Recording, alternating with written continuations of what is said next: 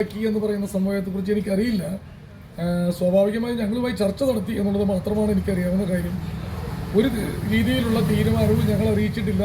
KPCC എടുക്കുന്ന തീരുമാനം ഞങ്ങൾ അനുസരിക്കും എന്നുള്ളത് കൃത്യമായി അറിയിച്ചിട്ടുണ്ട്. DCC പ്രസിഡന്റ് നമ്മുടെ DCC പ്രസിഡന്റ് അല്ലേ, സ്വാഭാവികമായും അദ്ദേഹവുമായി ഏറ്റുമുട്ടേണ്ട ഒരു ആവശ്യം എനിക്കില്ല.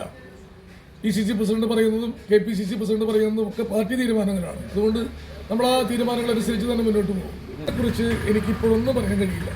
കാരണം നമ്മളോട് പാർട്ടി പറയാത്തൊരു കാര്യത്തെപ്പറ്റി പ്രതികരിക്കാൻ ഞാൻ തയ്യാറല്ല.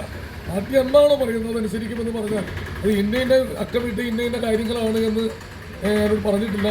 അതിങ്ങനെ ചോദിച്ചാൽ എനിക്ക് ഉത്തരം പറയാനും കഴിയില്ല. നമ്മൾ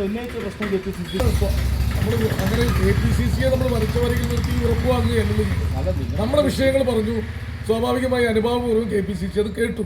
അപ്പോൾ അതിന് തീരുമാനവും അനുഭാവപൂർവ്വമായിരിക്കും എന്നാണ് ഞങ്ങളുടെ പ്രതീക്ഷ. പ്രത്യേകിച്ചും പാർട്ടിയെ സമ്മർദ്ദത്തിലാക്കി എന്തെങ്കിലും നേടാനുള്ളൊരു ആഗ്രഹത്തിൻ്റെ പേരിലൊന്നല്ല ഇത് സംഭവിച്ചതെന്ന് എല്ലാവർക്കും അറിയാം. ഇതൊരു യാദൃശ്ചിക സംഭവമാണ്. അതിനെ തുടർന്നുണ്ടായ ചില രാഷ്ട്രീയ കോളിളക്കങ്ങൾ കേരള രാഷ്ട്രീയത്തെയും ഒരു പരിധിവരെ ദേശീയ രാഷ്ട്രീയത്തെ പോലും സ്വാധീനിച്ചിട്ടുണ്ട് എന്ന് ഞങ്ങൾ മനസ്സിലാക്കുന്നു. അതിൻ്റെ പശ്ചാത്തലത്തിൽ ഒരു പക്ഷേ KPCC എടുക്കുന്ന തീരുമാനങ്ങൾക്ക് വിധേയമാകേണ്ടതും അനുസരിക്കേണ്ടത് ഞങ്ങളുടെ ഉത്തരവാദിത്വവും ബാധ്യതയുമാണ്. അത് ഞങ്ങൾ ചെയ്യും. അതൊക്കെ KPCC തീരുമാനിക്കും. ഞങ്ങൾ അതിനെക്കുറിച്ചൊന്നും പറയാനില്ല.